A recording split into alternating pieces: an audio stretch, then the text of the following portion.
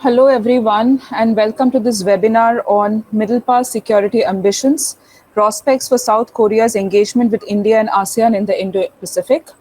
This webinar is being organized by Observer Research Foundation, New Delhi, in partnership with the Korea Foundation. So this is a part of an ongoing project which ORF has been undertaking with the financial support from the Korea Foundation. As a result of this project, we'll be releasing an edited volume published by Routledge, hopefully by the end of the year. And this webinar is just a preview of the book that we are going to publish by the end of the year. So to talk on the topic further, I am joined by a very stellar panel. List of panelists. We have Dr. Rajiv Kumar, who is a research professor at the Institute of Indian Studies, Hafset, South Korea. Mr. Andrew Mantong, who's a researcher at Department of International Relations at Center for Strategic and International Studies, Jakarta. Dr. Anusuya Basu Roy Chaudhary, who is a senior fellow at ORF Calcutta. Ms. Ji Yeon Jung, who is also a research professor at Institute of Indian Studies, Hankook University of Foreign Studies, Seoul, and Ms. Sehi Jeong, who is a climate diplomacy associate for Solutions for Our Climate, Seoul.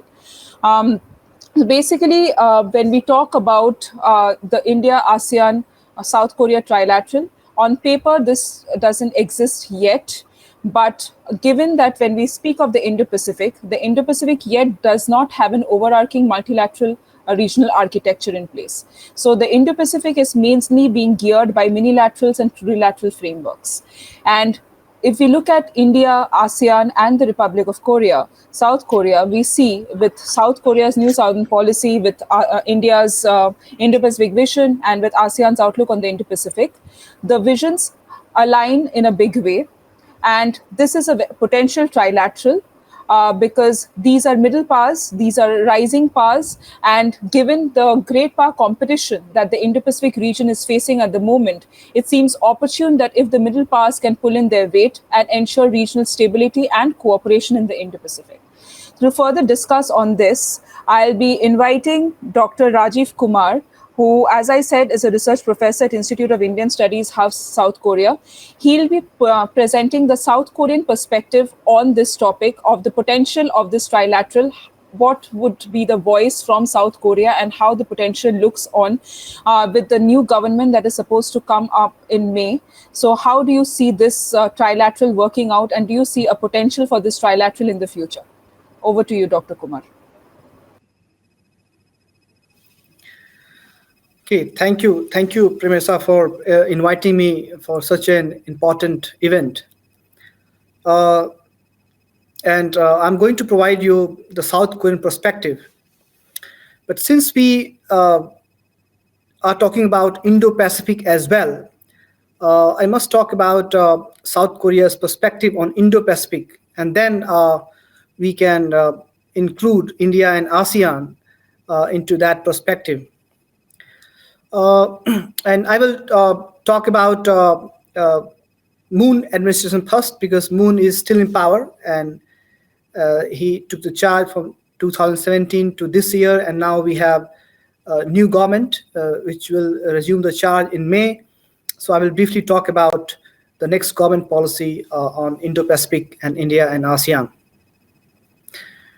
So South Korea's Indo-Pacific policy, we can think about, it's basically started when in 2017, President Donald Trump visited East Asia, and at that time he pushed U.S. Indo-Pacific strategy, and he tried to develop its relation with Korea and Japan, which are the two key allies of U.S. In this Indo-Pacific region. But at the time, while Japan agreed to become part of US Indo-Pacific strategy, Moon administration at the time simply refused to be part of US-led Indo-Pacific strategy. There was various concern about that. The first was Korea was very much concerned about the China factor. Korean economy as you know, that heavily dependent on China for trade and investment. So the Moon administration realized that if we join Indo-Pacific strategy in the Indo-Pacific region, which include ASEAN and India, uh, it is really it will be a threat for the Korean economy, which is heavily dependent on China.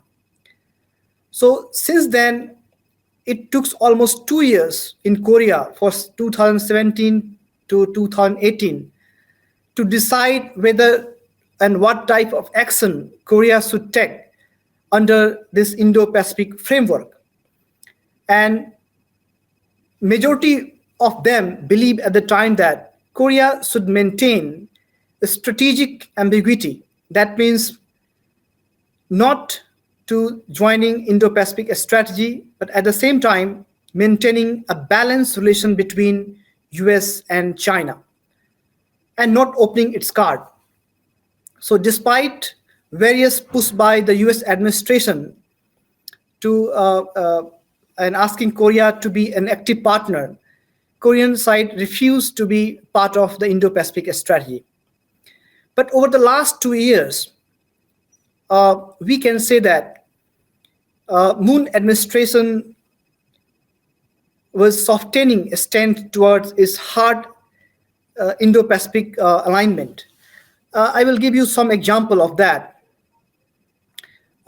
Since 2019, I would say, Korea started to align with US Indo-Pacific strategy, especially in economic terms. And it is first time when Korea openly mentioned in official document with US that we are ready to have harmonious cooperation with US Indo-Pacific strategy in this Indo-Pacific region. And for that, when Moon administration went to US, they signed agreement, and under that agreement, Indo-Pacific strategy was highlighted. But I also must mention that that Indo-Pacific strategy was more about economic cooperation with US in ASEAN region. That means developing developmental assistance, building economic cooperation with ASEAN players while bringing US together. And at the same time, Korea also started to develop its relation with Australia, a key partner of Quad.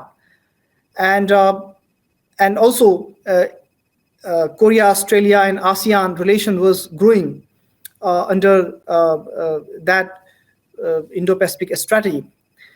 But Moon administration largely avoided any type of hard security commitment with this Indo-Pacific strategy. Because the region was, as I mentioned, Moon administration basically followed a balanced strategy between US and China for the long time. And actually, if you look at Korea's two camps foreign policy, there are two parties, two camps, I will say, conservative and progressive. Conservatives are more in favor of strengthening Korea-US relation, but progressive are in favor of adopting a balanced approach. That means developing relation both with China and with US and maintaining a strategic ambiguity about Indo-Pacific region. So Moon administration, although they agreed to become part of Indo-Pacific strategy while developing economic relation, they avoided any type of security commitment, and they categorically mentioned that we are not going to part of Quad alliance. And also Moon administration didn't develop any type of hard security commitment with India or with any, like Japan also. Of course, Moon administration also didn't pursue a very good relation with Japan because various region, domestic and international region. So when this election agenda was more about foreign policy, and I have been watching Korean election for a long time, but first time I have seen that how much China factor has played a role in Korean election this time. First time I have seen that that the China factor was highlighted by, especially by opposition conservative camps, that the current administration is very pro-China, and it's pursuing a policy which is not good for uh, Korean national interest, and Moon administration's policy have greatly damaged U.S. Korea relation, which has been backbone of Korean security. So Yoon uh, promised that if he will be voted in the power, he will redefine Korea's relation with the Quad countries. And first of all, he is going to build its a strong relation with US. There will be no balancing approach. There will be clear.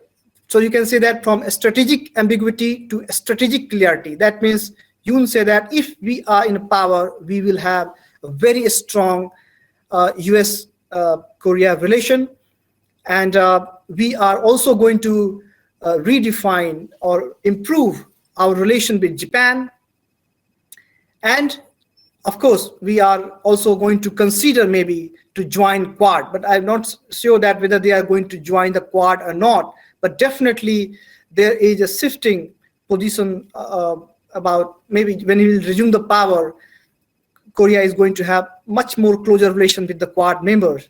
And there is a significant development in that regard as well. Because when Yoon got elected, and this month, 10th of March, so far he have called 5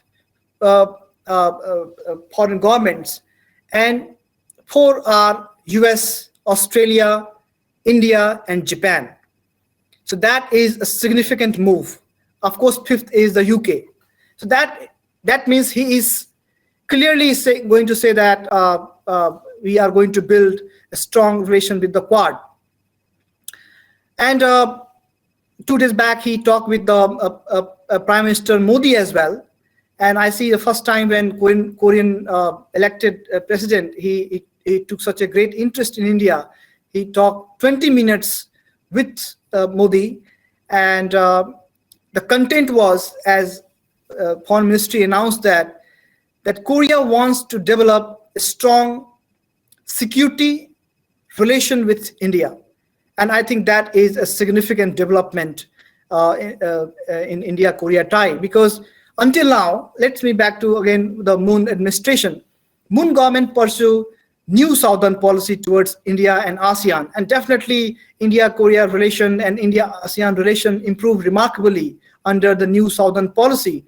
Because if you see the investment patterns, if you see the trade patterns, of course trade is different, but investment patterns especially, a large number of Korean companies enter in India under this new southern policy. Moon also developed a very strong economic ties with ASEAN and in various front. So in terms of economic policy, this Moon administration new southern policy was highly successful.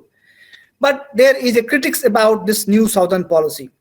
It was basically about economic policy, and it did not include any type of security content. And that is why even there was various concern from ASEAN and even India as well, that Korea is not much concerned about security affairs.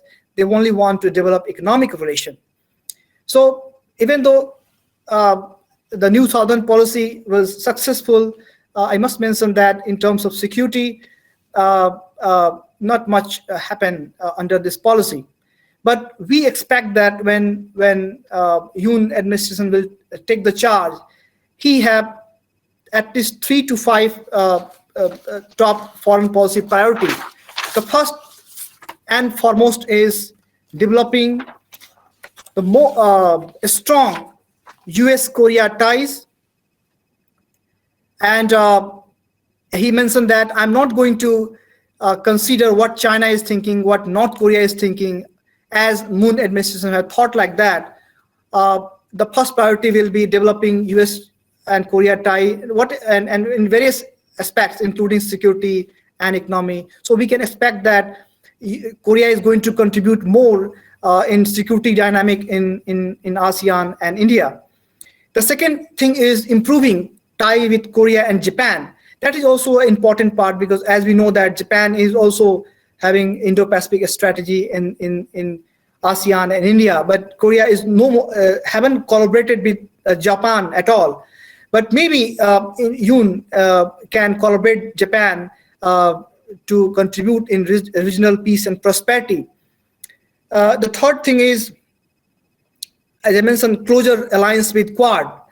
But maybe Korea will take some time to think about whether to join Quad or not directly, but definitely they are going to build a very strong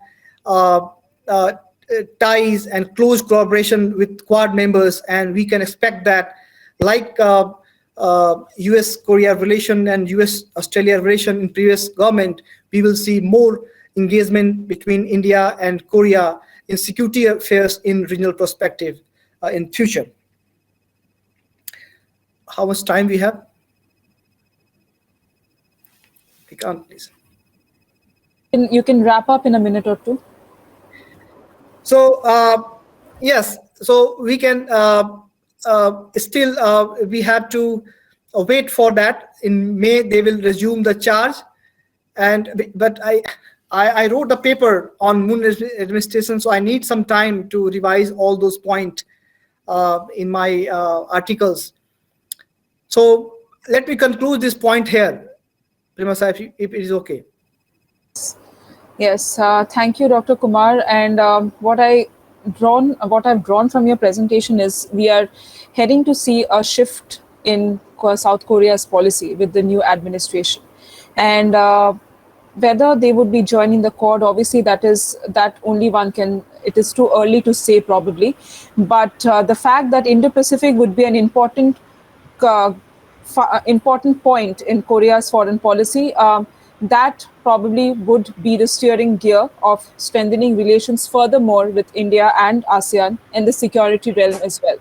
But when we are talking about ASEAN, especially, how much would ASEAN entertain such a trilateral, especially something where India and South Korea may be looking to talk about security issues as well? We know that ASEAN is driven a lot by economic considerations, and rightly so. It is ASEAN would be looking at drawing as much economic benefits as possible from a trilateral like this if it evolves in the future. To talk on this more on the ASEAN perspective and the prospect of such a trilateral in the future, because ASEAN has also mentioned in its outlook on the Indo-Pacific that it does believe in functional cooperation. It does believe in function issue-based cooperation, issue-based minilaterals. So to talk more on this, I would invite Andrew Mantong, who is a researcher with CSIS Jakarta. On to you. Over to you, Andrew. Thank you, Pramasya. Can you hear me? Okay, thank you for the opportunity to speak at this very important and very timely event. We are seeing some of this seismic shift of the geopolitical situations with regard to the Ukraine crisis now, and at home at ASEAN in ASEAN region, we're also having important issues like, for example, Myanmar.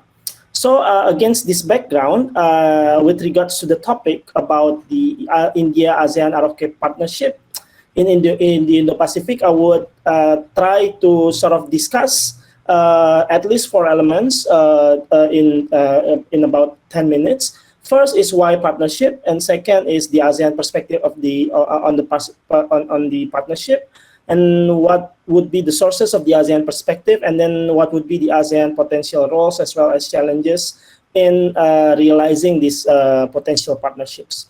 For the first element of my presentation, I would focus on why partnership between India, ASEAN, and ROK. There are some structural imperatives in which we can actually think that a partnership is needed. First, for ASEAN, we are witnessing the intensifying great power competitions, and it also opened a room for a more middle power agency, for example, in how we can write and also further the sort of regional order and then international institutions to respond to the growing needs that is closer to us. Like, for example, we have COVID-19 situations, we have Myanmar crisis today, and and this is also the region of many natural disasters. Okay, Andrew, you're back. Yes. Please continue. Sorry, my connection is not stable. And then also the second reason for partnership is also regional imperatives. We've been talking about the promise of ASEAN century, that the future of economic growth would be revolved around this region, and that would need some management, and that would need some closer coordination. And but at the same time, there are also the questions of unfinished state and nation building, which also attract back the attentions for various leaders in the ASEAN region to focus predominantly on domestic politics, for example, President Jokowi. So there are some needs to greater cooperation, as well as supports from the international actors like Korea, India, and also, as well as Australia. And there are also policy imperatives. Policy imperatives, at least there are 2 points here. The New Southern Policy Plus, which for Korean government has established a single dedicated unit within the Korean Foreign Ministry to deal with the Southeast Asia and India, and that would be the opportunity. And for ASEAN, ASEAN has also recently announced the ASEAN Outlook on Indo-Pacific. And what would be the ASEAN perspective about the partnership? First, the great deal of the ASEAN perspective can be found on the document of the ASEAN Outlook on Indo-Pacific. As Pramasya mentioned earlier, it heavily emphasized key elements like, for example, the geographical construct, and then the need for cooperation, and the need to keep rivalry at bay in the region. And then there are also some explicit principles, including openness, inclusivity, transparency, respect for international law, and then ASEAN centrality, mutual respect, trust and benefit, and respect for sovereignty, as well as some the uses of some ASEAN-led mechanism, for example, its Asia Summit and Treaty of Amity and Cooperation. If we sort of conclude what is contained in the document, there are at least 3 characters of the ASEAN perspective. First, there is a good deal of ASEAN centrality. ASEAN believes that the current dynamics of the Indo-Pacific can be absorbed by the existing mechanism in ASEAN, for example, is Asia Summit, ASEAN Regional Forum, ADMM Plus, and so on and so forth. And ASEAN also believe on the ideals of cooperative security. It means that if we are focused on economic affairs, we can achieve security and peace through non-military means. So by focusing on, for example, the agenda of maritime cooperation, connectivity, SDGs, and economic cooperations, we believe that security would be the externalities of the cooperations. And then also embedded in the ASEAN perspective is ASEAN belief that it sort of possesses the normative power to convene great powers, great power states into the region, into the ASEAN-led mechanism. And this is the essence of being a middle power in ASEAN. And this is also the essence of being a middle power by countries like Indonesia and Malaysia, by existing within the ASEAN structure, and then they sort of channel all the foreign policy and security aspirations to the regional institutions, and by dealing with the problems, the regional problems, as a collectivities, they believe that this sort of solidarities give the quality of normative power for ASEAN to engage the extra-regional powers. There are some ASEAN perspective, the sources of ASEAN perspective in this with this regards. Why ASEAN believe into this? Why believe in these elements? First, there are historical divergence in ASEAN itself. So ASEAN has different ASEAN countries has adopted different paths to modernities. We have an equal level of development, but the fact that by the existence of ASEAN, the conflict between Southeast Asian countries has been largely avoided. We believe that this is actually the power of ASEAN. So if this existence and sort of habits is extended to the greater region, we believe that we can also play important role in managing the peace and security in the broader region. Now the case is Indo-Pacific. Differences in socio-cultural background, despite the fact that we are home to major religions in the world, we sort of avoid conflict against each other, and this sort of give the credibility for ASEAN to manage various international regional problems. There are also strategic convergence between ASEAN member states. Countries like Indonesia, Malaysia, Vietnam, and so on and so forth, we really believe on the strategic autonomy. We really believe that we don't want to be pushed in either side of the competition by China or by the US. And we believe that our national interests would be better served if we are maintaining the sort of strategic autonomy. Why we have to focus on the strategic economy? Because we still have unfinished business with regards to economic development.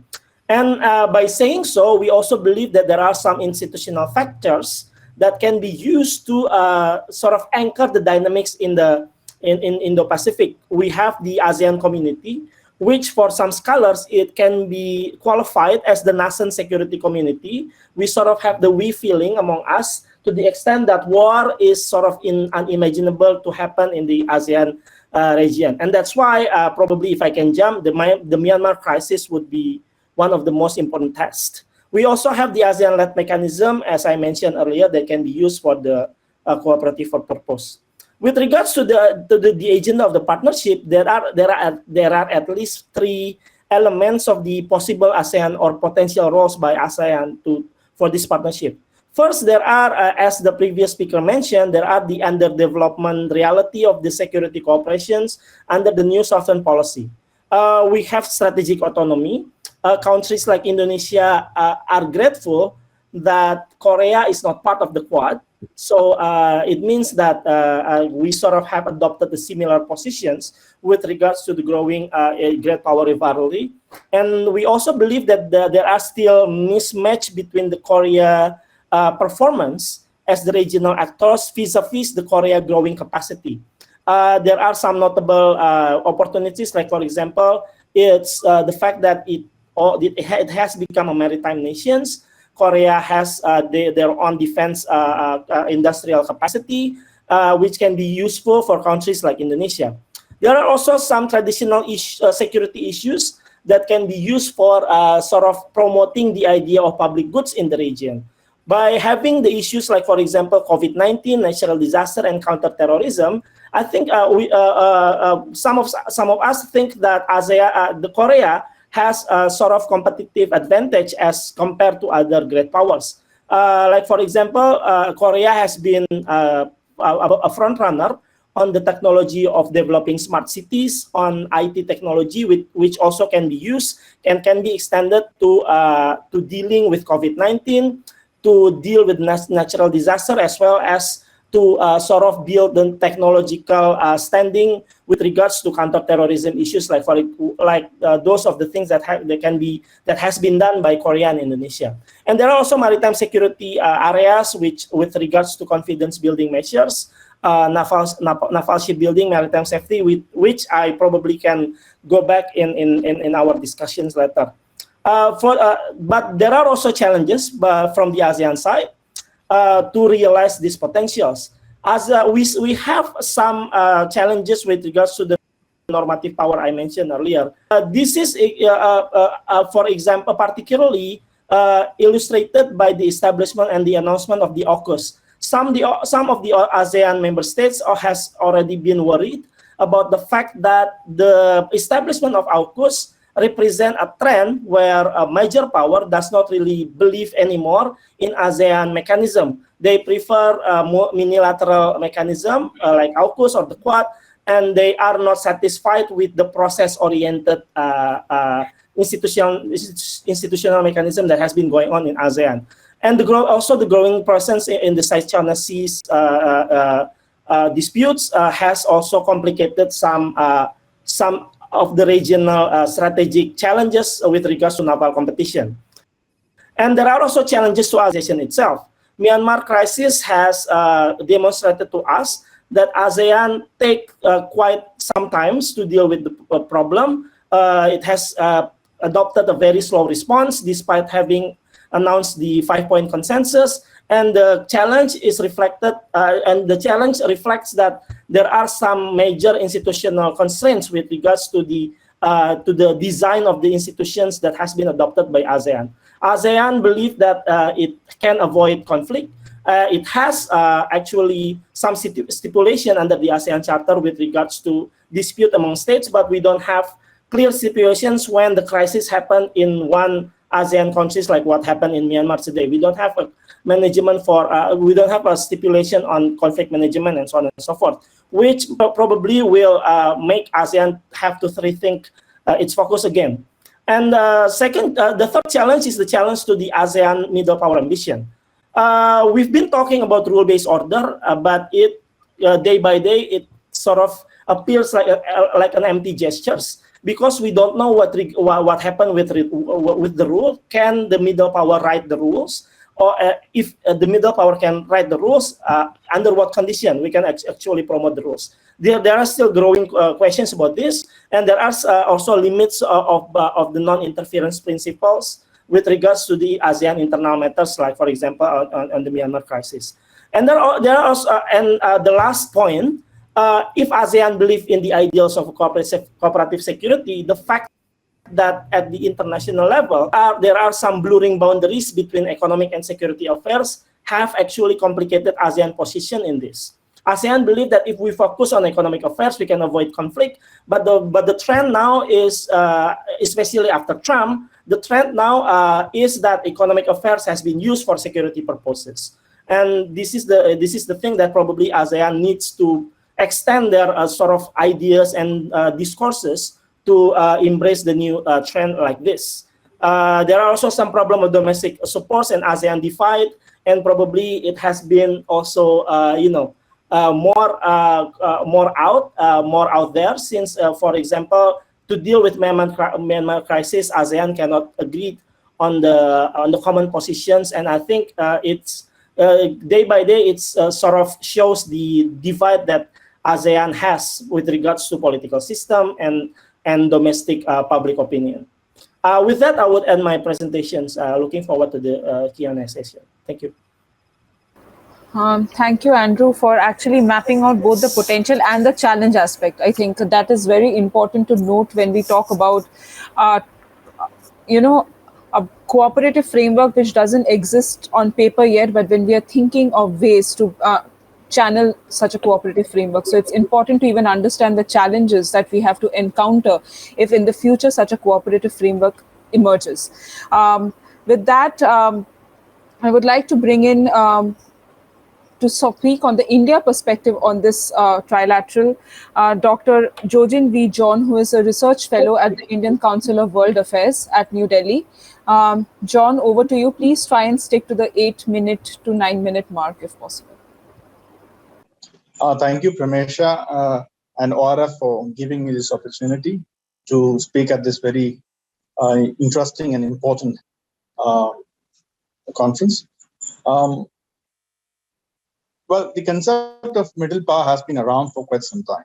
Interesting aspect about the concept is that its meaning has been constantly evolving, and the membership of the category has been flexible, suggesting that it's a concept whose meaning and purpose is largely determined by the context of the international politics. At the basic level, it offers a framework to understand and think about international developments from a perspective of second-tier powers in the international system, by articulating the agency of middle powers individually and collectively, provides a mode of imagining international order as an alternative to the hegemonic orders that perceives international relations from the vantage point of great powers and superpowers. In a context where the international order is adrift, especially in the Indo-Pacific, where the narrative of the order is largely dominated by the discourse of the rise of China, the role of the U.S., and the nature of the relationship between the two, and is also witnessing a reassertion of Cold War mentality, particularly after the recent Ukraine crisis. It is politically relevant and practically imperative to have a revival of the middle power imagination in its new avatar in the Indo-Pacific. Let me briefly touch upon the India and the Indo-Pacific. The previous panelists have spoken about India's approach to Indo-Pacific. Let me also briefly add a few thoughts on this. It is important to note that the Indo-Pacific for India is a geographical concept, not a strategy. It is simply the recognition of the region reality of the linkages between Indian and the Pacific Oceans and the interconnected nature of the maritime space. Hence, seeing the two separate regions as Asia-Pacific and the Indian Ocean region is a redundant idea. However, the institutional architecture of the Indo-Pacific is still emerging. India's approach to emerging Indo-Pacific regional architecture is clearly articulated by Prime Minister Modi in his speech at this Shangri-La dialogue in 2018. India calls for a free, open, inclusive order in the Indo-Pacific based upon respect for sovereignty, territorial integrity of all nations, peaceful resolution of disputes through dialogue and adherence to international rules and laws. India's Indo-Pacific vision is premised on the principle of ASEAN centrality. Taking the Indo-Pacific vision forward through practical cooperation, Prime Minister Modi launched the Indo-Pacific Ocean Initiative in 2019. In essence, India proposes an inclusive regional order that builds on ASEAN-led regional institutions. There is also a perception that the existing institutional structures are not enough to address the challenges that are emerging from the new regional reality. Thus, is also exploring new avenues, including issue-based coalitions, to complement the ASEAN-led process. Dialogues forums like Quad or other issue-based minilaterals are part and parcel of this process of exploring an inclusive regional architecture in the Indo-Pacific that will complement and strengthen the ASEAN-led process, but not to replace it. From an Indian perspective, the idea of a trilateral involving India, South Korea, and ASEAN is yet another proposal in this exploratory process. ASEAN, India, South Korea trilateral. Considering their economic position as the third, fourth, and the fifth economies in Asia, ASEAN, India, and South Korea quite fit to be counted as middle powers who have considerable capabilities and regional and global ambitions. The three can be brought to be in a platform, not only because of their comparable positions in the global and regional power hierarchy, but also because of their similar international and regional outlook and approaches.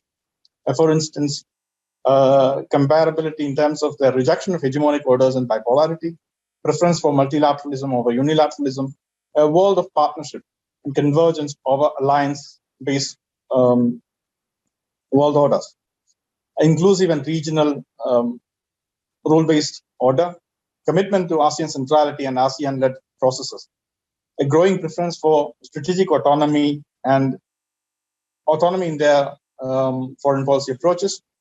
Also, the priority that attaches to diversification of diplomatic, security, and economic relations in their respective foreign policies.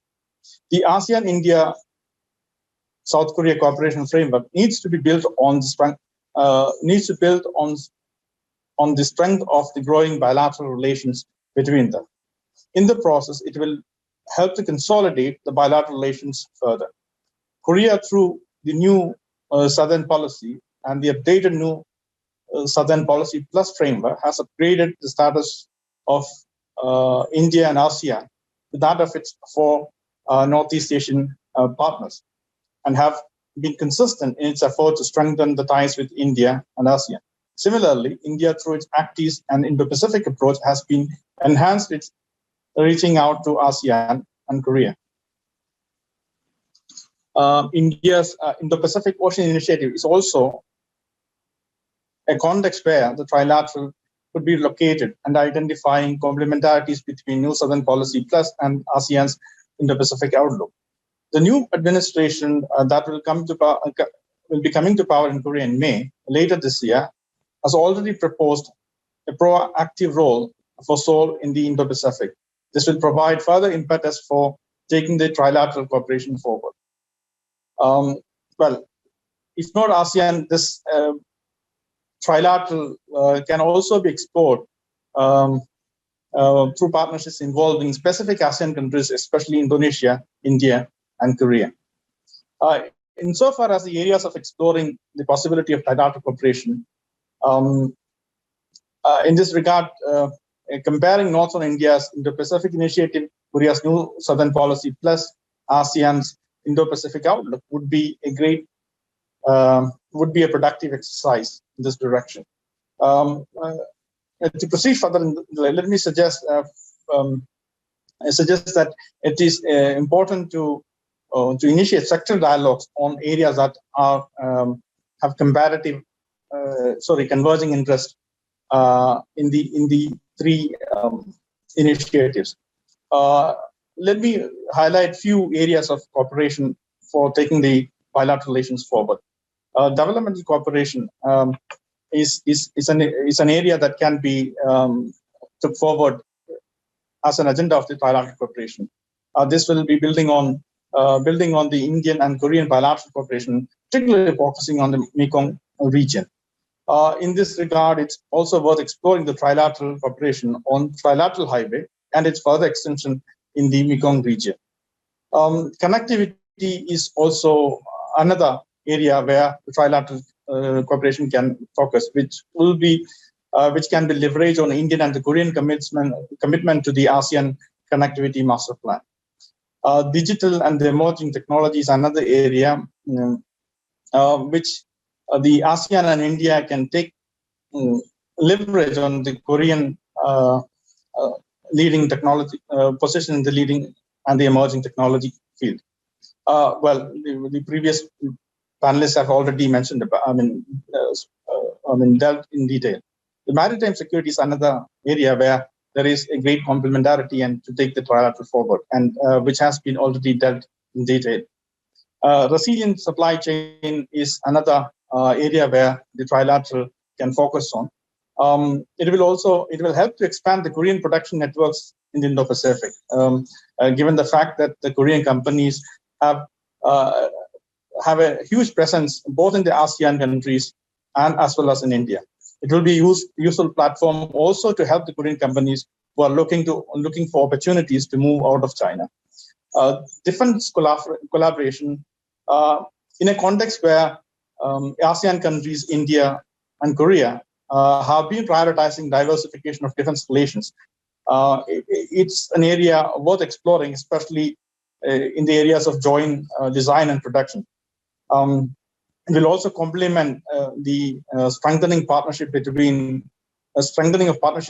India and Korea and Korean and ASEAN countries, especially Indonesia and Vietnam, as well as Korean and ASEAN countries, especially Indonesia. Of course, trilateral defense cooperation is a sensitive issue. However, a conversation in this direction is worth exploring, given the complementarities in resources, and especially in the naval domain. With this, I would like to conclude my presentation, and thank you. But when we talk of the India, ASEAN, South Korea trilateral, I think as it was brought about by the two previous speakers, the areas that we speak of, when we speak of the Indo-Pacific, it is we have to bring in the maritime domain, for instance, because the Indo-Pacific is essentially a maritime domain. It's a confluence of two oceans, the Indian Ocean and the Pacific Ocean. And besides the maritime domain, also areas when we speak about South Korea, as our previous speaker Andrew mentioned, I think tech cooperation is one area which many countries turn to Korea, given its advancement in critical and emerging technologies and also in smart city projects, as was mentioned. Another area which is very important in the Indo-Pacific, which has also been brought up in many Quad discussions, and also the fact that even in within the Quad framework, we're talking about climate change. So the next part of this discussion is going to talk on these three issues as to how the maritime factor can be a driving force in bringing about an India-ASEAN ROK trilateral. Similarly, the tech factor and the climate change issue. So to begin with, I would first bring in Dr. Anusra Basure Chaudhary, who is a senior fellow at ORF Calcutta, to talk on the maritime domain and maritime cooperation as a factor for bringing about the India-ASEAN ROK trilateral in the Indo-Pacific. Yes. Thanks, Pramesha.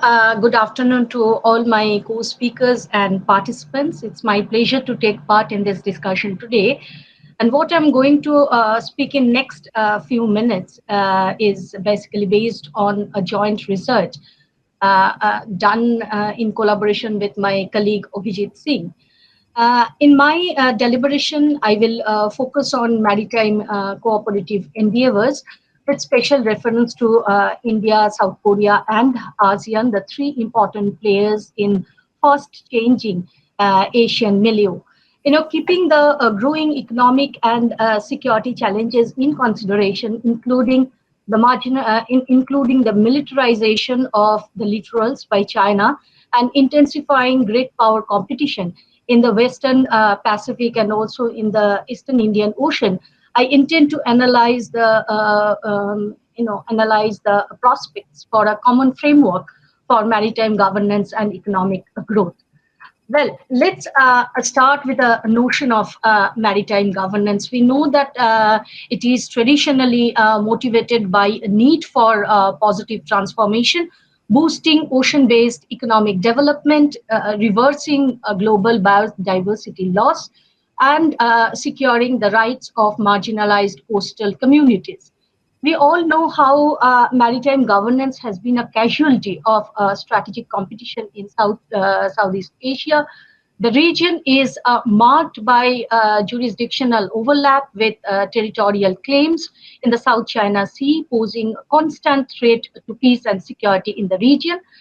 Security dynamics in the littorals are rendered more complex by China's attempts to exert dominance using instruments of both military and non-military intimidation. Well, Japan, the Philippines, and South Korea, three countries that have stood in the way of China's expansionist ambitions. These countries have seen Beijing weaponize trade against them, targeting their valuable exports, and also continues to extend fast loans for infrastructural projects under the Belt and Road Initiative, which the experts have referred to as date traps. Indeed, there is pushback from certain fronts.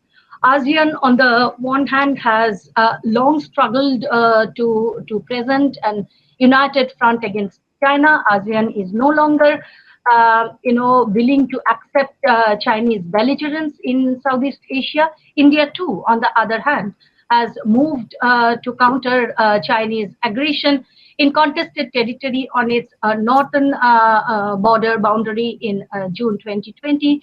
India has also strengthened its ties with the USA, Japan, and Australia, organizing joint maritime exercises in the Bay of Bengal region as well as in the Western Pacific. New Delhi also is very keen to reduce its dependency on China-driven manufacturing supply chains. So if we look at South Korea, we'll see that South Korea, for its part, has moved to limit China's influence in the country's economic affairs. Seoul has been working to promote domestic manufacturing and to provide relocation and facility costs for the firms moving out of China. My earlier speakers have talked about the new Southern policy. Under this policy, the South Korean government has been looking to expand their collaboration with regional partners, particularly ASEAN, Taiwan, and India. Okay, against the backdrop of these, regional milieu, if we look at ASEAN-South Korea cooperation, we see that, cooperative dynamics between these two players, predate the pandemic. As a dialogue partner of ASEAN since 1991, the South Korea has been a key contributor to development projects in South Asia, and the two have a joint plan of action to promote political stability, security, economic, social, and cultural cooperation, and to support the bloc's goal for a fully integrated ASEAN community. Well, both Southeast Asia and South Korea, they are very much keen to expand their economic cooperation. And as we have seen in the year 2018 through the infrastructure ministers meeting, as well as later both the governments, they have both the players, they have identified 20 key cooperation among themselves. Also, at the heart of these endeavors is a collective appreciation of the need to diversify partnerships in the Indo-Pacific region. Well, both South Korea and ASEAN, they are very keen to strengthen their cooperation in also very interesting domain, which we call green transition, green growth, and also they have finalized action plan for healthy oceans and sustainable blue economies. Having said these, if we shift our attention from South Korea ASEAN to India ASEAN cooperation, we see that India's recent initiatives have sought to anchor its Indo-Pacific policy with a view to intensify economic, strategic, and diplomatic relations with countries that share common interests and common concerns within this region on security and development. India has been nurturing the idea of security and growth for all in region in a short sagar as a tangent of its Act East and neighborhood first policy. And in 2019, building upon this vision of sagar, the country announced its Indo-Pacific Ocean Initiative to support the building of a rule-based regional architecture resting on 7 pillars. And I think out of these 7 pillars, 3 are very crucial for our discussion today. And these 3 segments are maritime security, maritime resources, and disaster risk reductions. Well, under the Act East policy, the Indian government is working to promote India-ASEAN connectivity. For India, as an aspiring stakeholder in the wider Indo-Pacific region, the notion of inclusiveness, openness, ASEAN centrality and unity are actually intertwined with each other. In recent time, both ASEAN and India are very keen to strengthen cooperation in the segment of connectivity, cutting across physical, maritime, digital, as well as commercial connectivity. But because of paucity of time, I will only concentrate on maritime domain in these deliberation. And we can put forth their initiatives like where India has looked to partner with ASEAN in Master Plan of ASEAN Connectivity 2025 and the ASEAN Comprehensive Recovery Framework. Indeed, in India-ASEAN engagement, maritime matters most. At the ASEAN-India commemorative summit that took place on 25th January 2018, leaders of ASEAN countries and India outlined their vision for the future plan of action, future plan of partnership, and they are also very keen to have a cooperative initiative in the maritime segment, especially focusing on shipping sector. And meanwhile, India-ASEAN Maritime Transport Cooperation Agreement is being finalized. India is looking to set up a maritime transport working group of Myanmar, Thailand, Cambodia, and Vietnam to explore the feasibility of shipping networks to build resilient supply chains. Well, another important point which we have not yet touched upon is the domain of blue economy, as both ASEAN and India, they share a common maritime domain, and that they both have stakes in the sustainable exploitation of oceans resources. And since 2017, India's Ministry of External Affairs has been holding regular ASEAN-India workshops on the blue economy, and accordingly, the ASEAN-India Blue Economy Framework has been announced in 2018.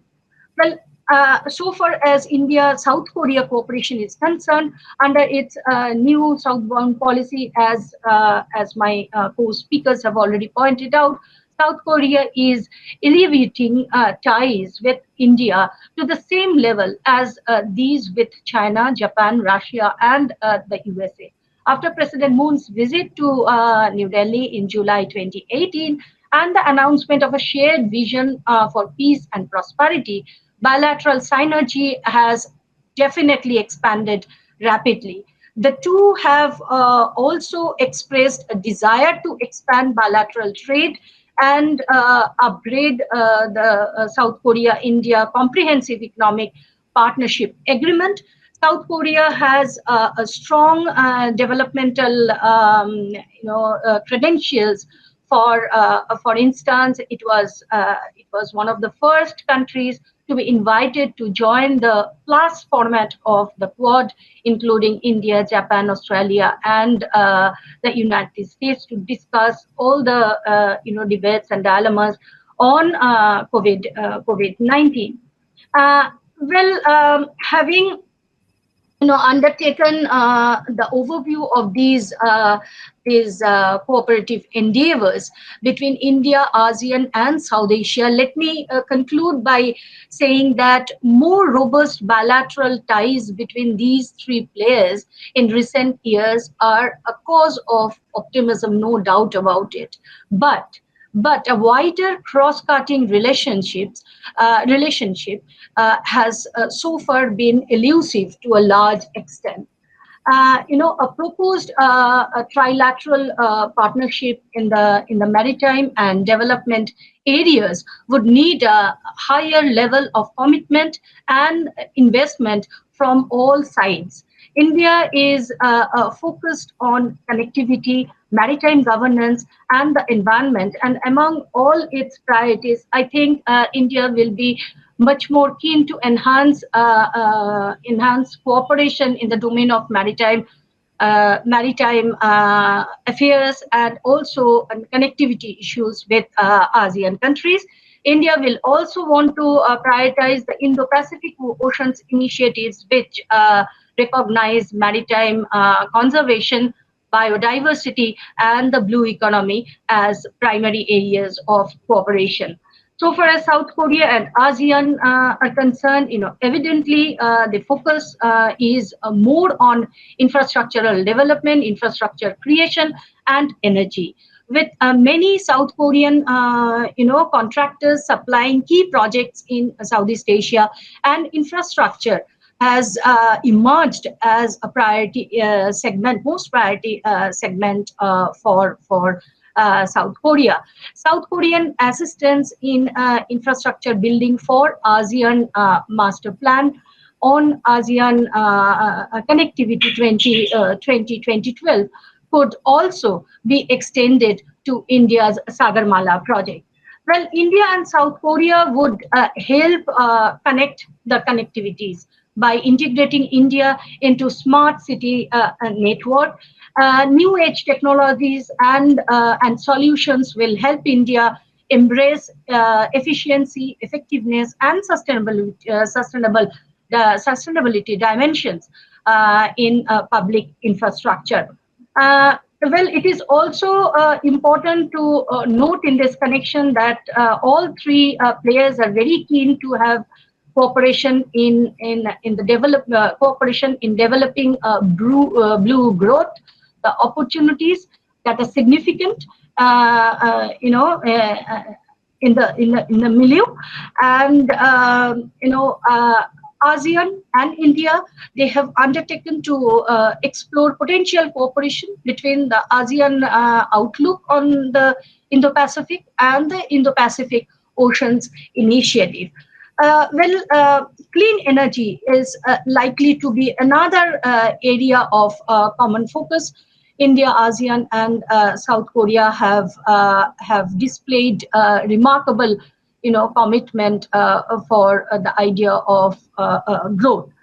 But at the end of my discussion, I'll say that achieving new targets will require collaboration with partner states, to address structural and institutional barriers. India will seek to use the expertise of partner countries in advanced technologies and innovated, capacity.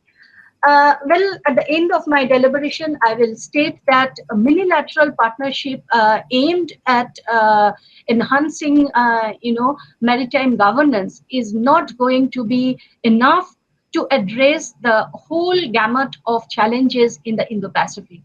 And any endeavor involving select members will need to be a subset of a larger and more comprehensive plan of action to establish a rule-based and human security centered order. I'll end by putting forthing an interesting point for further discussion, that when we are very much concerned about sustainable development goals worldwide, what about the sustainability of these multilateral frameworks, multilateral platforms? How do we make these platforms sustain? With this question, I'll end my deliberation, and thank you so much, permission.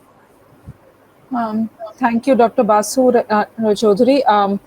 I think with that, it is only logical to now, because we have spoken so much about blue economy and sustainable resources, to talk about climate change, how that would factor in when we talk about an India, ASEAN, ROK potential trilateral emerging in the Indo-Pacific.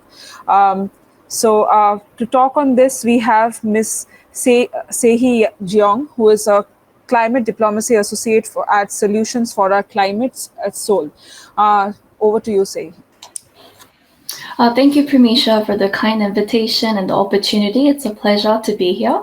As introduced, I'm Sehi from Solutions for Our Climate. We're a nonprofit organization based in South Korea with a mission to address the social and environmental impacts of climate change. So when we look at India-Korea relations, the two countries share a long history of trusting relationship on economic and cultural level dating back to more than 2,000 years. So the two countries have been working very closely on many opportunities for cooperation.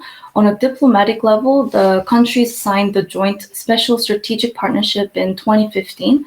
And this elevated partnership acknowledges the importance of preserving the environment and promoting clean energy, as well as the exchange between the relevant ministries in the two countries. So with such strong diplomatic ties between the two countries, we wanted to highlight in this chapter of the publication how the agenda of climate change and climate diplomacy could be an important factor to consider in the context of India-Korea partnership, but also the trilateral partnership with ASEAN countries as well. So I would like to spend the next 10 minutes or so to share the status of clean energy transition and the climate diplomacy efforts in Korea, and talk about what the pathway is that we would like to see Korea and India moving ahead on the basis of climate partnership in the region. So maybe I can begin by saying a little about the importance of climate diplomacy. In Korea, climate is not politically divisive as it may be in other countries. Domestically, the political discussions on climate mitigation and raising Korea's climate ambitions are by partisan interest for both of the political parties. Major political parties, and Korea became the first country in Asia to announce a moratorium on public coal finance as early as April of last year, and this built the momentum for discussion in the G7 nations. And Japan became the second country in Asia to commit to no longer finance the public overseas coal projects. And in the same year, in September, President Xi made the announcement at the UNGA leaders convening that China will no longer build new coal power plants overseas. So these domino effect announcements show that climate diplomacy could be a strong, effective, and a silent tool to achieving a common objective through, although it may not always be so obvious. So moving on to the progress made in the past year in Korea in climate change, Korea has made some commitments to align itself closer to the Paris Agreement throughout 2021. We believe that some of these efforts showed the potential for Korea to step up as a climate frontrunner in the region. So one commitment would be submitting an enhanced NDC in October last year. Korea set the goal to reduce 40% of its greenhouse gas emissions below 2018 levels from the previous NDC of 24.4% below 2017 levels by 2030. And the second commitment was putting an end to all public finance for international coal, despite being the third largest financier in the world, funding overseas coal power between 2007 and 2014, just behind China and Japan. However, we do feel that there are definitely some barriers in Korea that needs to be improved in order to tackle and resolve the grid reliability issue, but as well as the heavy siting regulations around distance, installations, as well as restrictions on site that stand in the way of expanding renewable energy, especially for solar and wind in Korea. And to mitigate these barriers, we would need very well-framed and inclusive policies to meet the 2050 carbon neutrality target and the demands of the energy transition market in Korea. So we thought Korea should look outside of Korea and towards other countries in the region for collaboration to jointly tackle the problem of climate change, and to learn from and understand one another on climate and energy transition. An ideal potential partner country would be those that have a similar economic development progress, a good diplomatic relationship, and already established strong partnership in energy industries. So in a sense, India could be a great potential partner for South Korea in climate and energy transition discussions, as it ticks off all of these three boxes. So one example where Korea and India can collaborate with one another on climate change could be through narrative sharing and learning from best practices. Well, Korea can definitely learn from India's solar energy championship that is shown through promoting the international memberships, such as the International Solar Alliance on a national and an international level, but also through sharing of the cases of the subnationals and their role in implementing the different policies, subsidies, and other measures to expand renewables. And in return, Korea can share inspiration through its own narrative to India and other countries in the region. The Korean decisions to move away from a certain form of fossil fuel finance and phasing down on coal, it is still an ongoing process for Korea, but the fact that there has been a constant discussion and decision-making process among multiple stakeholders across governments, industries, and civil societies could be an inspiration for other countries. Of course, the size and the number of coal plants in India is not comparable to that of Korea's, and the situation with coal mining and power industry is very different. However, coal will become a critical problem of the stranded asset in India and, of course, in the rest of the world in the future. So on that note, learning about where others in a new, unfaced situation are doing best in their own geographies could inspire both countries. So I just wanted to reiterate that considering the strong, trusted partnership that the two countries have, it is time for Korea and India to expand their partnership more widely to tackle climate change, and together in the region will work towards a future that is powered by cleaner resources. With that, I pass the mic back to you, Parmisha. Thank you, Sehi, for actually letting us know of the progress that Korea has made with regard to its commitments to the Paris Agreement. I think there would be little knowledge in India when it comes to these aspects on the progress that Korea is making and what kind of endeavors it is making to engage with countries like India and ASEAN probably we can discuss more on prospects of, as you said, the International Solar Alliance, as to where the potential lies for India to bring in a country like South Korea in this endeavor. But for now, I would like to bring in Ji Jeon Jung, who would speak with us on the prospect of the technological cooperation between India, ASEAN, and South Korea, critical and emerging technologies and other aspects of digital and tech cooperation that she would be focusing on. With that, the floor is yours, Ji. Thank you very much for having me here. It's my pleasure to be with. The topic I'd like to discuss is the potential area of collaboration between South Korea, India, and ASEAN countries in the age of global artificial intelligence competition. So there are several fields of potential area for building the solid cooperation. So to begin with, it is important to talk about how the global competition is shaped today. Now, the artificial intelligence and machine learning becomes a key technology to determine a country's future. What portfolio a country creates to achieve a competitive AI technology is correlated with how a country military power and make sustainable economic development. So that's why the many expect that AI technology has begun to reshape the trajectory of the global order. So from 2017, many countries have begun to announce their national policies and strategies regarding the AI technology's development. As of December 2020, 32 countries already published their national strategies, and more countries are developing national AI strategies.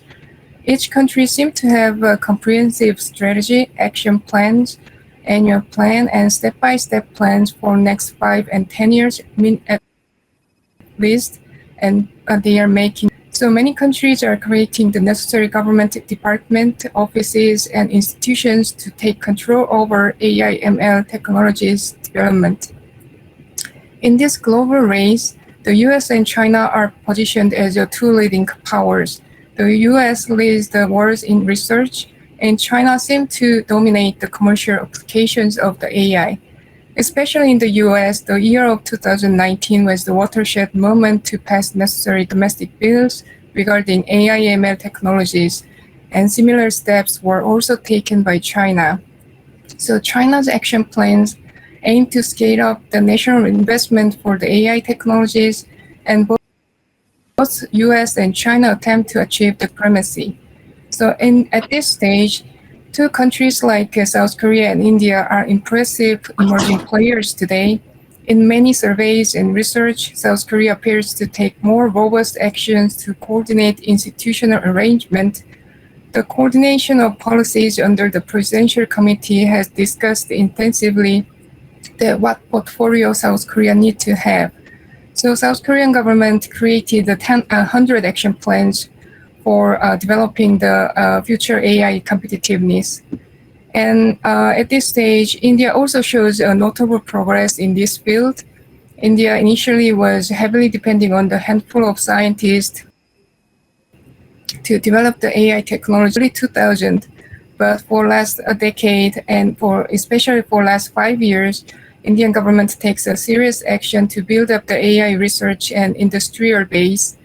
But one of the strengths India actually has is that India is positioned as the world's largest AI startup countries. So it is very clear that most of developed and developing countries join the global AI competition, and it will be more intensified for next decade. So creation of the global AI governance is urgent, and it may meet some challenges. So now the emerging players like South Korea and India can play an important role to discussion and to forge a regional and global consensus for the future global AI governance. So emerging players can get together and offer alternative perspectives in creating the global norms, governance, structure, and regimes.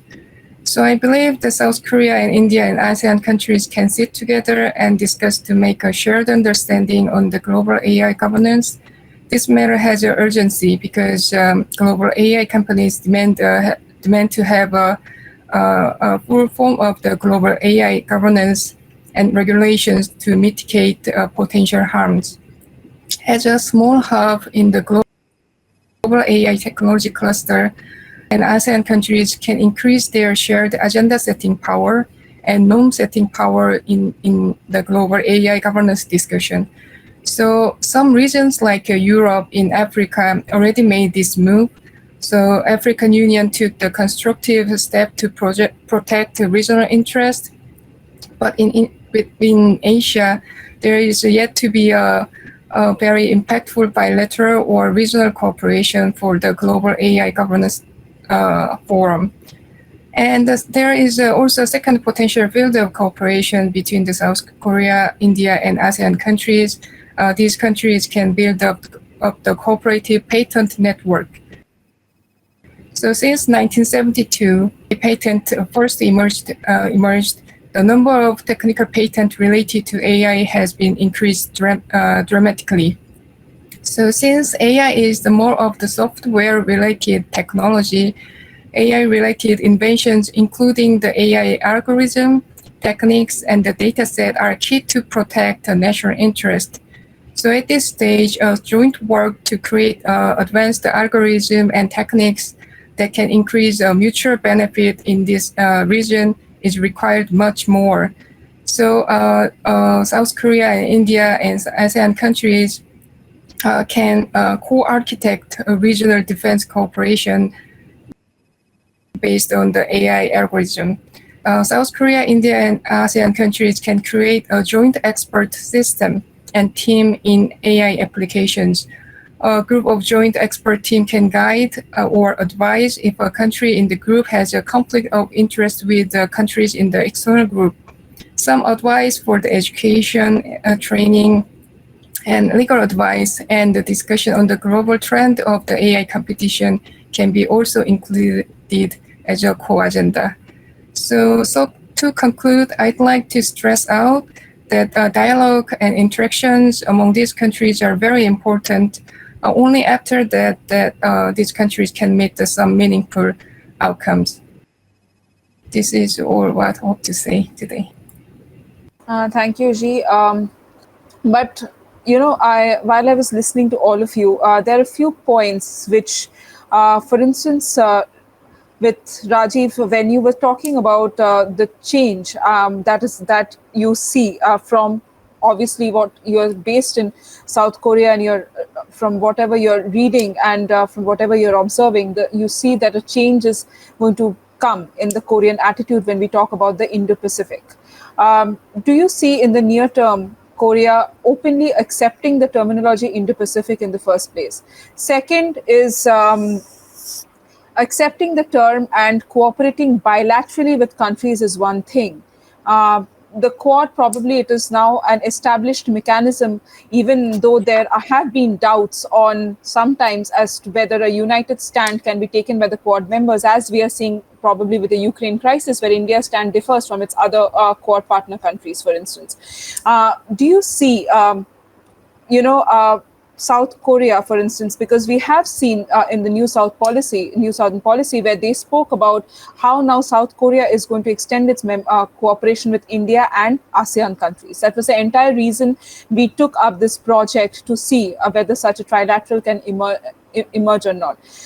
Do you see that do you feel from your observations there would be a fresh appetite to come up with a trilateral like this, which would only actually operationalize the New Southern Policy in a better way? Thank you. Thank you, Premisa, for an important question. And after listening your all panel presentation, I feel that I must explain more about my point. Actually, whatever I have said in my first comment is I talked about geopolitical perspective. If we add economy, if we add technology and other things, definitely Korea, India, ASEAN tie will be different. It looks different. But I intensely add geopolitical perspective because so far Korea has deliberately avoided geopolitical cooperation in the Indo-Pacific region. And that's why I try to give you a big picture. Now comes to your question about endorsing Indo-Pacific. Actually, that was key debate in Korea. When I mentioned that when US pushed to endorse the Indo-Pacific, South Korea simply refused to endorse this Indo-Pacific and did not include this Indo-Pacific word in any diplomatic negotiation between 2017 to 2018. And that was a clear intention of South Korean government that they are not going to endorse at all. Even Moon especially mentioned that I didn't heard this word when the first time Donald Trump pushed this term. But in last 2 years, if you see all negotiation and diplomatic output, definitely Korea has widely included this term, the Indo-Pacific. Even they have highlighted that Korea and US will build a harmonious cooperation between New Southern Policy and Indo-Pacific term. So definitely they are endorsing the term. There is no question about the endorsing the term. Now the question is whether they will also have some diplomacy, and they are also going to incorporate any Indo-Pacific strategy at all. So as I mentioned before, previously New Southern Policy was basically economic cooperation between Korea and India and ASEAN, but security content was missing. But I see that in future, definitely Korea is going to have more, they are going to add some security content as well, because when Yoon called to Modi, the first line was Korea wants to develop security relation with India. And of course, when he talked about Australia and US counterpart, he repeated the same thing. That's a new development definitely from South Korean perspective. Regarding trilateral, definitely Korea may have can go for India, ASEAN, and Korea trilateral cooperation, but it will be based on economy, technology, military, whatever. We can say it in one word, non-traditional area, but not. We can't expect at this moment a hardcore traditional type of security engagement between India, ASEAN, and India at this moment, because Korea has still too much concern, especially Korea in the middle of reducing its dependence on China. So Korea's economic dependence on China will largely affect Korea's strategy, especially, again, I mentioned security strategy in the Indo-Pacific region. That of course they have planned, and they have been reducing their economic dependence. And actually this new, and I wrote my articles, and I strongly say that New Southern Policy is all about, mainly about reducing Korea's economic dependence on China and strengthening Korea's tie with ASEAN and India. So the future action will depend on how far and Korea is going to reduce, and how fast Korea is going to reduce dependence on China in terms of economic security.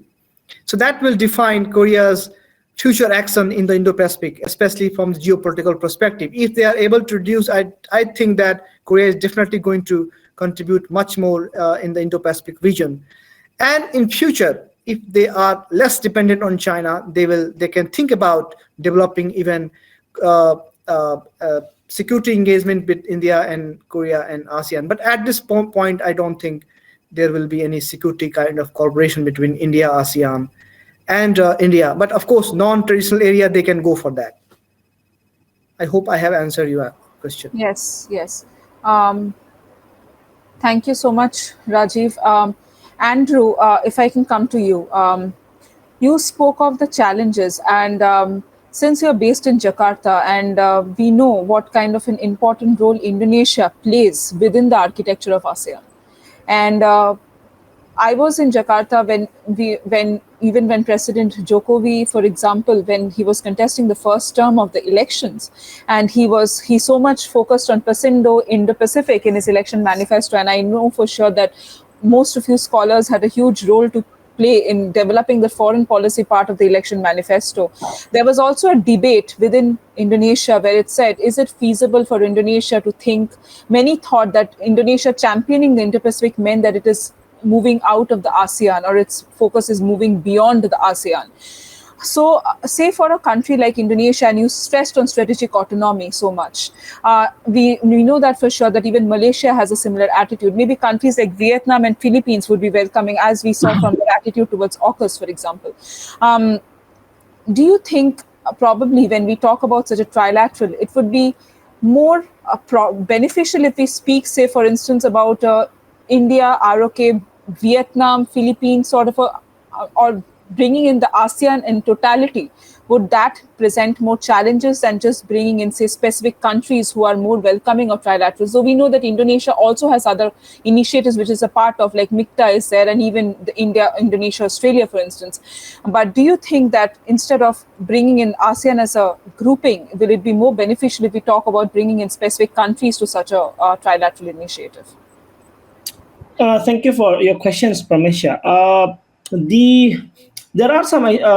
There have been actually some aspirations in the foreign policy and security discourse in Jakarta about whether we can actually build a non-ASEAN options to promote our interests and so on and so forth.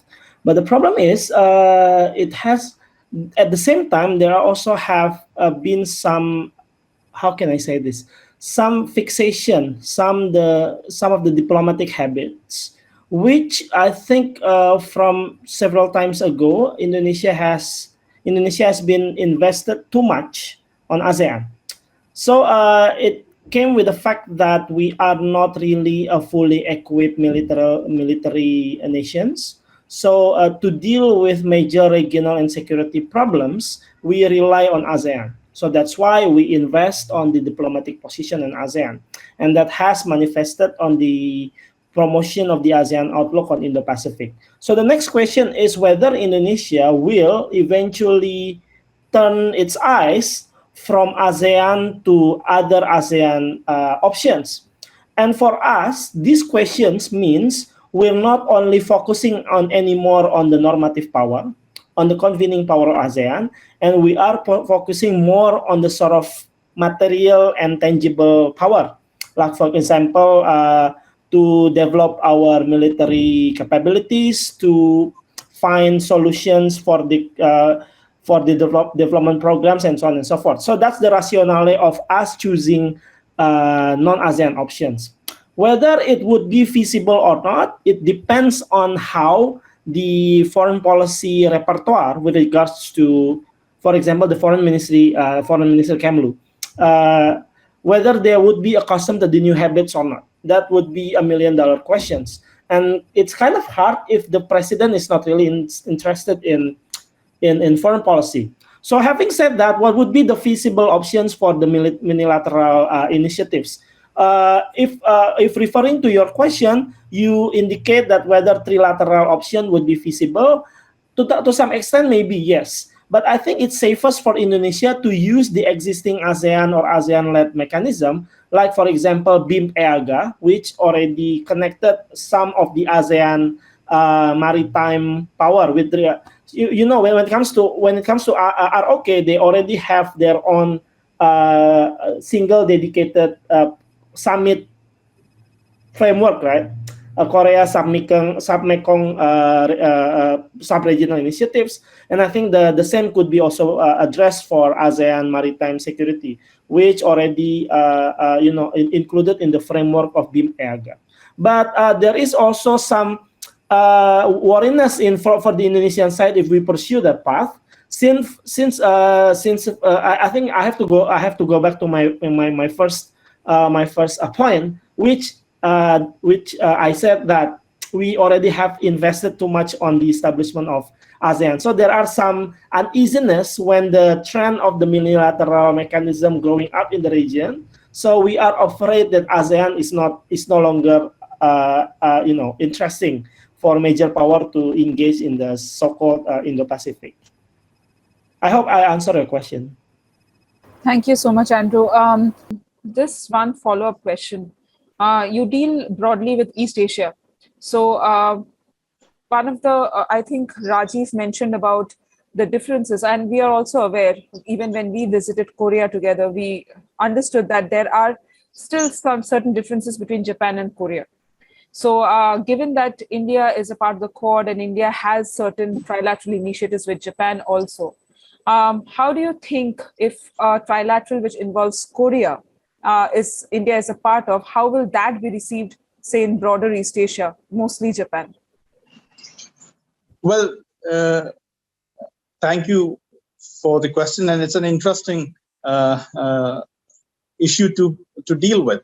Well, there has been attempts to have a trilateral between India and Japan and Korea at the track 2 and track, I think, 1.5 levels since 2010, if my memory is correct.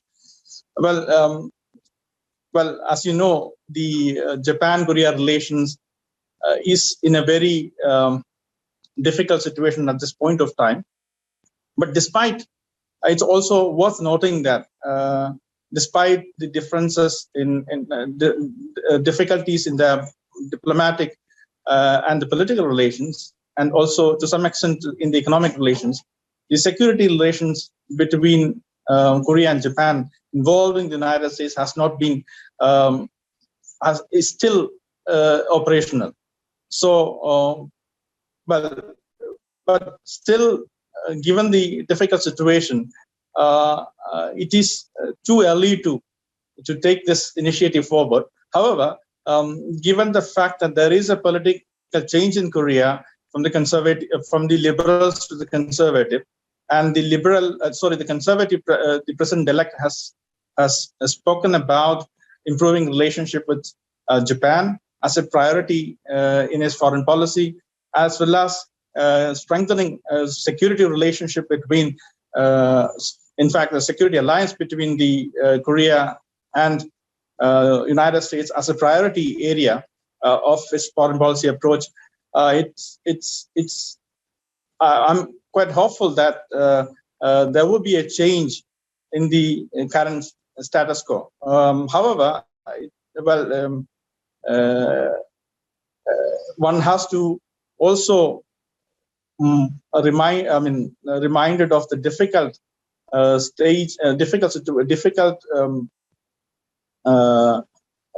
how difficult it is politically for a Korean leadership to take the Korea-Japan relations also. However, given the fact that the president-elect has also articulated a more proactive role for Korea in the Indo-Pacific, also suggests that the Korea will be taking further step in terms of articulating its position in the Indo-Pacific, as well as where does Korea play and position itself in the broader Indo-Pacific context. I think there will be opportunities, but we have to be cautious about such a proposal. Thank you. Anushwadi, if I can come to you, you spoke of the, because we know that for India right now, when we talk of the Indo-Pacific and the maritime initiatives or the policies, we speak about Sagar. We saw that during our COVID-19 diplomacy, how under the rubric of Sagar, we did vaccine Maitri, for instance. But the Indo-Pacific Oceans Initiative, we speak about maritime security, but it is maritime security under much broader lens. It has many other chambers of the maritime security included in that initiative, not just the traditional tenets of maritime security. We know, as Rajiv very rightly mentioned, that South Korea till date has been a little hesitant when it comes to security, embarking on security cooperation. Do you think, given that you spoke about this at length, though, given how maritime governance, maritime resources, blue economy, science and tech, research and development, for instance, if we talk about research and development, do you see a lot of potential, say, in the framework of research and development with South Korea and India, and to some extent even bringing in ASEAN, probably because some countries in ASEAN also have maritime fusion centers like Singapore, Malaysia, for instance. Do you see maritime domain awareness, maritime research and development towards blue economy as a potential for cooperation between the three? Yes, Pramisha, I think you have correctly pointed out about the importance of research and maritime domain awareness share in these cooperative mechanism, and this is highly possible because at this moment, from Indian perspective, Indian government is very keen to reach out to all these stakeholders in these, Indo-Pacific, wider Indo-Pacific and Indo-Pacific region. And the question which are coming up in our discussion, whether this multilateral forum will engage the stakeholders in security discussion. As of now, the cooperation between India and South Korea, yes, the security segment is silent. As I have already talked about the importance of technology sharing, data and information regarding economic development, because to India, it is important to utilize South Korea's, technological expertise in its economic technological development. But definitely it can have a kind of spillover in maritime affairs as well. And in this particular aspect, I think it is important to note that as of now, within the domain of Indo-Pacific Oceans Initiative, India's important segment or pillar is connectivity. And of course, this connectivity has a segment of security dimension where it talks about the seamless navigation through sea lanes of communication, and where I think it is also important to have seamless information sharing with all these stakeholders. But when we are talking about a rule-based order, if it is within security segment or it is within environmental issues, whatever may be the agenda is, but the main notion is how to reach that rule-based order. Who will create that rule? That is the main important aspect, because to my mind, or in my perspective, I think India is much more interested to have more beneficial bilateralism rather than multilateral cooperation. Yes, India is keen to have multilateral cooperation, and I do believe that there is no harm in having beneficial bilateralism, but it is important to have a spillover to multilateral or minilateral cooperation in a meaningful way. So it is very important concern to take into account. And so far as ASEAN is concerned, it's a win-win situation so far as ASEAN and India, both the players are taken into consideration, because we all know that within this entire gamut of Indo-Pacific, ASEAN centrality is the main thing, and also India is looking after the Bay of Bengal water space as a stepping stone towards wider Indo-Pacific, where also ASEAN centrality matters. And in this particular ASEAN centrality, I think you have also asked a very important question: do we need to have integrated ASEAN, solidarity, integrated ASEAN outlook, or we can think of again bilateral relationship within or from ASEAN domain to India? Yes, I think when we started working on maritime security, India's maritime security so far as Bay of Bengal is concerned. And we have proposed the idea that we should include Malaysia, Indonesia, and Singapore within the entire dimension of Bay of Bengal, because all these littorals are facing some same kinds of concerns in some extent. Then we have seen how Indonesia has come closer to India in certain environmental issues, how Singapore has become crucial so far as shipping developments are concerned. So we can have issue based cooperation, but again I'll go back to the point how to make rule-based regional architecture. And in that way, I will come back to your first question that yes, it is right that information technology and sharing information and best practices, whatever may be the agenda, is very, very important, and maybe it can it can build up certain kind of confidence among the stakeholders so that we can move ahead with some important, crucial political agenda. Yes, over to you, Pramesha. Thank you. Ji and Sehi, we have limited time, but I have one question for you each. If you can limit your comments to a couple of minutes each. Sehi, if you can tell us a little, if you have found any, say, way in which South Korea can be a part of how South Korea can contribute to the ISA, the International Solar Alliance, which India is championing, for instance, if there are any breakthrough mechanisms or ways that you found.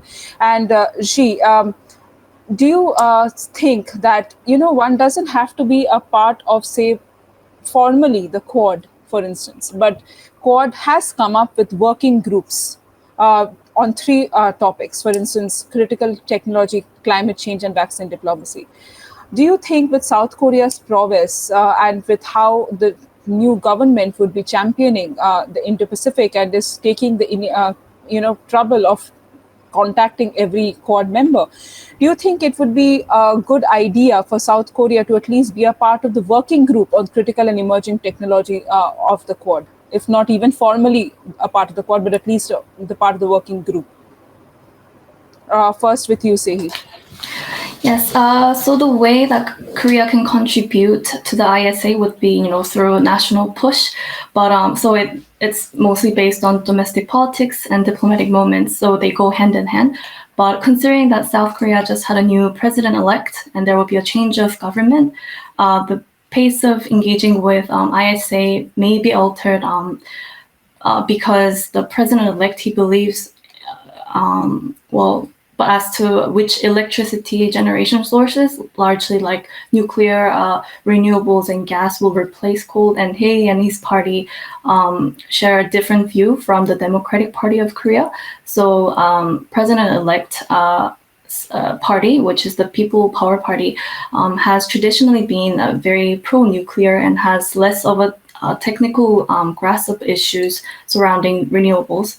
But however, he does plan to keep about 20% of renewables in the power mix. So there will be a need for policy discussions to resolve the renewables market structure problem. And there is a room for the national government to commit to a bigger commitment like joining the ISA.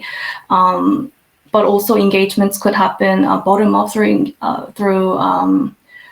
talking to different think tanks, CSRs, and subnationals in both regions to bring up the idea of the national government joining the International Solar Alliance. Thank you. Ji? Okay, thank you for the question. So for last 10 years, South Korea and India became closer gradually, and especially under the Moon administration, this government created a new southern policy that pushes South Korea more into the closer relationship with India. So even though South Korea was not a main partner of the Quad members, but South Korea also South Korea bilateral relationship with India. So that apart from the Quad or any multilateral platform, South Korea and India, I heard and believe prefer to have a bilateral cooperation. But the president-elect Yoon has a strong idea that South Korea need to be part of the Quad. So discussion is likely to be continued, in fact, because nothing has been decided yet. But since this Moon administration and the former president also wanted to have a closer relationship with India than before, so it is likely to be continued the new president either. And I don't know anything much about whether South Korea is engaging the technical talk as a part of the Quad, but South Korea is already engaged with India bilaterally to talk about the technical cooperation. So how India and South Korea prefer to have dialogues in any platform, it matters how two countries decided, apart from the Quad actually. So thank you. Thank you to all the speakers. We have reached the end of our discussion and left. So I would like to thank all of you for joining in this discussion, and I look forward to working with you more on other projects. And thank you to all for joining in this discussion, which was again organized by ORF in partnership with the Korea Foundation. Thank you so much.